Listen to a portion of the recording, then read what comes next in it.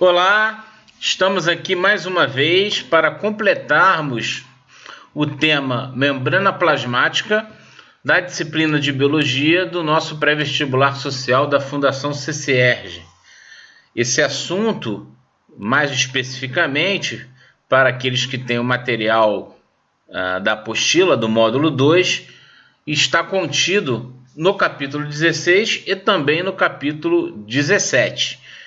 Na aula da semana passada, nós discutimos primordialmente a estrutura da membrana, chamada membrana plasmática ou membrana celular, membranas celulares, no modelo chamado mosaico fluido, uma vez que esse modelo estipula de que a membrana não é algo estático, ela é fluida, presente, envolvendo as células e compartimentalizando o interior do citoplasma com as organelas. E todas as membranas celulares possuem uma estrutura semelhante, com a presença de uma bicamada de fosfolipídios, onde se insere várias moléculas de proteínas que têm função importante na entrada e saída de substâncias, a presença de glicídios formando glicoproteínas, glicídios com proteínas,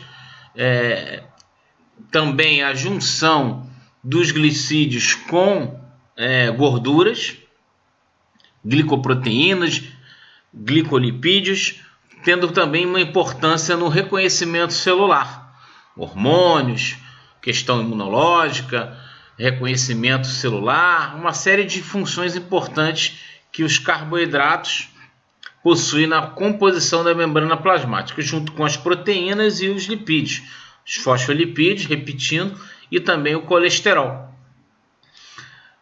Importante, então, a gente começar relembrando, isso foi mencionado na aula anterior, sobre a permeabilidade seletiva, ou seja, característica fundamental das membranas em selecionar o que entra e o que sai de uma célula ou até de uma organela. Então, as substâncias elas atravessam as membranas de forma seletiva. Isso pode, então, importante esse tipo de classificação, ser considerado um processo que ocorre com gasto de energia na forma de ATP ou sem haver o consumo de ATP, chamado, então, neste caso, transportes passivo. Ou seja, os processos de transporte passivo se diferenciam dos processos de transporte ativo, porque um demanda consumo de energia na forma de ATP e outro não. O passivo não consome ATP e o transporte ativo há o gasto energético na forma de ATP, que nós já vimos nas aulas anteriores. Uma forma didática de explicar isso é fazendo essa diferenciação. Os processos de transporte passivo, há difusão simples e uma difusão facilitada. O que é difusão? É um processo de movimento aleatório das moléculas e que tende a um estado de equilíbrio. Um exemplo muito típico é quando a gente coloca café com leite, café no leite. Com o passar do tempo, aleatoriamente, as moléculas vão se distribuindo de forma uniforme, no café com leite, por isso que fica numa cor única. Esse é um exemplo também que é dado aqui na ilustração, de solutos, no caso uma cor vermelha, verde ou azul, num solvente, que no caso aqui é a água também chamada de solvente universal. Então, se você pegar essas três cores, por exemplo, no experimento, e pingar as mesmas concentrações, as mesmas quantidades num solvente, no caso a água, pode ser a água, aqui neste caso é a água, ao passar do tempo, 5 minutos, 10 minutos, 15 minutos, aleatoriamente, os movimentos dessas moléculas, desses corantes, com o passar do tempo, vão manter uma estabilização e uma uniformização de cada soluto de cada tinta desta, no caso deste exemplo aqui, estou passando aqui a setinha do mouse, nesse solvente. Então, tá aqui, ó. Quando você acaba de pingar a cor vermelha, a cor verde ou cor azul na água, no tempo zero, essa concentração das moléculas de cada corante está numa região em que você pingou. Com o passar do tempo, aleatoriamente, vai havendo o quê? Uma passagem do local de maior concentração da cor vermelha, da cor verde e da cor azul para outros locais, outras regiões desse solvente. Com o passar do tempo vai haver um equilíbrio dinâmico, vou usar esse termo aqui, dinâmico, dessas moléculas.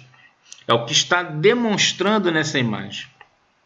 Então, por isso que essa seta em forma de L invertida, mostrando que a difusão é um processo de movimento aleatório que tende a um estado de equilíbrio.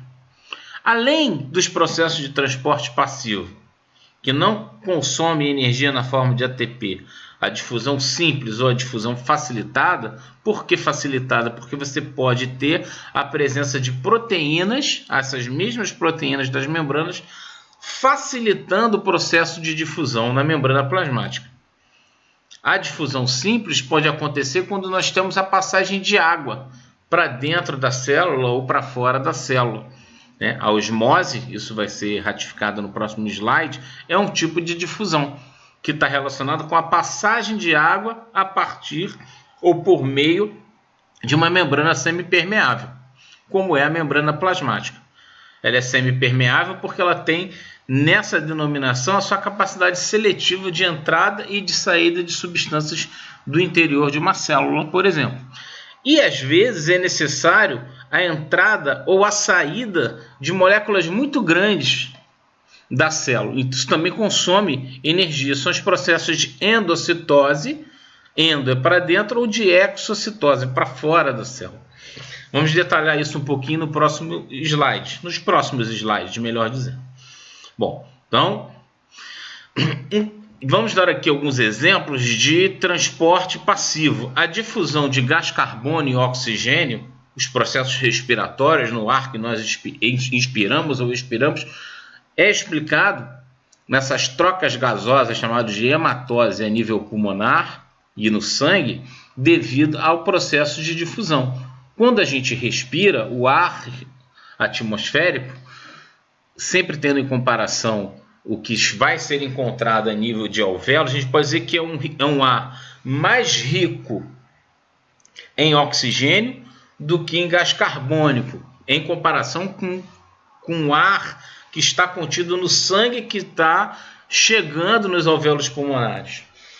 O que acontece? Como a difusão, como eu disse, é um processo aleatório, você vai ter, como explicado nessa setinha aqui, entrada e saída de gás carbônico nos dois sentidos.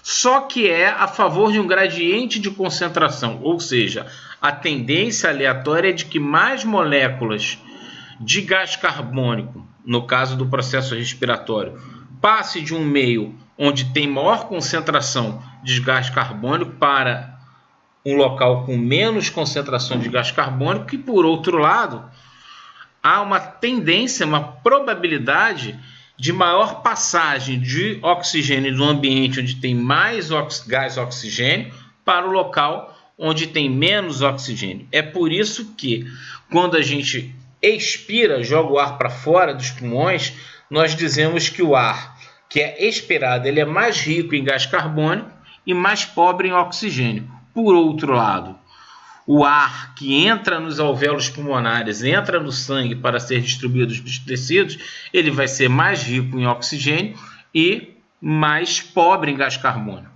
E no inverso, quando o ar vai ter que ser expirado, na troca gasosa feita nos pulmões com o sangue, ele vai ser um ar mais rico em gás carbônico para ser expirado e um gás mais rico em oxigênio que vai entrar nos alvéolos pulmonares para ser distribuído pelo sangue.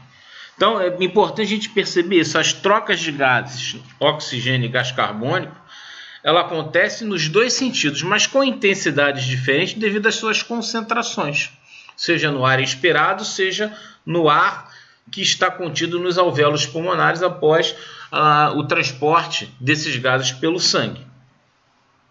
Então, essas três imagens também é encontrada, vocês vão poder ter uma descrição mais detalhada dessa explicação no nosso módulo 2, em um dos capítulos da apostila. E como eu havia mencionado, o que é a osmose? É a difusão de água através da membrana.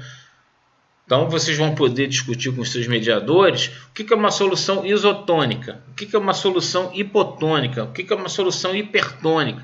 O que acontece com uma célula quando você coloca ela em água pura, água destilada, por exemplo. Quando você coloca uma célula animal num local ou numa solução que é hipertônica, muito rica em solvente, em relação à concentração de solutos, sempre comparando uma solução com a outra, um meio com o outro. Então, solução isotônica, solução hipertônica, solução hipotônica são definições que podem ser aprofundadas, vocês podem dar uma lida nisso, aprofundar os conhecimentos sobre esses temas, que tem a ver com os processos de difusão de água, que é a chamada osmose nos seres vivos através das membranas plasmáticas e membranas celulares. O próximo slide agora já não é mais o transporte passivo, sem gasto de energia, e sim o transporte ativo. Um exemplo muito típico é a bomba de sódio e potássio, porque é importante para a célula que a concentração de potássio dentro da célula seja maior do que a concentração de sódio. Mas, considerando um mecanismo de difusão, a tendência seria haver um equilíbrio entre as concentrações de sódio e de potássio, tanto dentro quanto fora da célula, de igualar isto. Isto não ocorre porque a célula demanda produção, uso e gasto de ATP, de energia, para que mantenha as concentrações de potássio e de sódio diferentes, ou seja, uma maior concentração de potássio dentro da célula e uma concentração maior de sódio fora da célula, ou seja, tem mais potássio dentro da célula do que fora e tem menos sódio dentro da célula do que fora. Isso porque ocorre um transporte contra esse chamado gradiente de concentração. Como a célula ela tem que manter esse desequilíbrio, entre aspas, das concentrações contra o chamado gradiente de concentração, há um consumo de energia, há gasto de energia. Por isso, há o consumo de ATP. Vejam aqui nessa seta, ATP sendo consumido para gerar adenosina, fosfato, mais um fosfato inorgânico. Isso demanda consumo de energia. É um tipo de transporte, como mencionado no primeiro slide, um transporte ativo, demanda consumo de energia. E a endocitose e a exocitose também demandam produção de gasto, produção e gasto de ATP, de energia para funcionar. Então, quando uma célula de defesa faz, por exemplo, um processo de fagocitose e lá dentro, por exemplo, uma bactéria, um vírus, ele é atacado por um macrófago, uma célula de defesa, depois é necessário que se faça uma eliminação dos resíduos, chamados de exocitose. Então, tantos processos, isso é só um exemplo, de endocitose ou de exocitose, quando moléculas são liberadas pelas células também, como, por exemplo, lipoproteínas, em que formam-se vesículas que precisam ser liberadas pelas células, esses processos de grandes moléculas muito grandes, que não passam por poros da membrana, que não é possível entrar ou sair de uma célula por causa de uma ação específica de uma determinada proteína de membrana, então elas entram em grande quantidade ou saem em grande quantidade da célula. Esses processos denominados endocitose dentro da célula, exocitose fora da célula, também demandam consumo de energia, gasto de ATP. Então, em linhas gerais, nós temos então transporte passivo, transporte ativo pela membrana, ou seja, sem gasto de energia ou com gasto de energia, e a difusão simples ou a difusão facilitada com a presença de proteínas de membrana, facilitando a difusão, ocorre sem gasto de ATP. E o transporte ativo, como ele ocorre contra o chamado gradiente de concentração, ocorre o consumo de ATP. Em linhas gerais, é o que isso está apresentado nos 2 capítulos mencionados capítulos 16 e 17 do módulo 2. Então, por isso, a gente novamente sugere a leitura dos capítulos, desenvolvam as atividades e os exercícios dos capítulos. Tem, se eu não estou enganado, exercícios falando sobre osmose, que é um tipo de difusão, como mencionado, que ocorre através de membrana plasmática, só que aí é a difusão de água, de moléculas de água, de acordo com diferenças de concentração, meio isotônico, hipertônico ou hipotônico. Vocês precisam dar uma olhadinha sobre isso para aprofundar. E discutam e tirem as suas dúvidas com os seus mediadores. Nós gostaríamos de finalizar esse tema. Claro, nós não temos, novamente, sempre bom relembrar, a intenção de esgotar o assunto com 2 vídeos de 10 minutos, 15 minutos no máximo cada um. Nós trazemos uma apresentação inicial para que vocês possam ter o material para disparar o processo de aprendizagem de vocês com auxílio dos materiais do CEDERJ, do nosso pré-vestibular, da nossa fundação e também com auxílio dos seus mediadores, dos seus tutores. Então, aproveite os nossos vídeos, façam as suas sugestões, suas críticas, discutam esses conteúdos com os seus mediadores e na semana que vem um outro vídeo será liberado para que a gente continue as nossas semanas de estudo e preparando vocês da melhor maneira possível para o Enem. Um grande abraço, cuidem-se e até a próxima.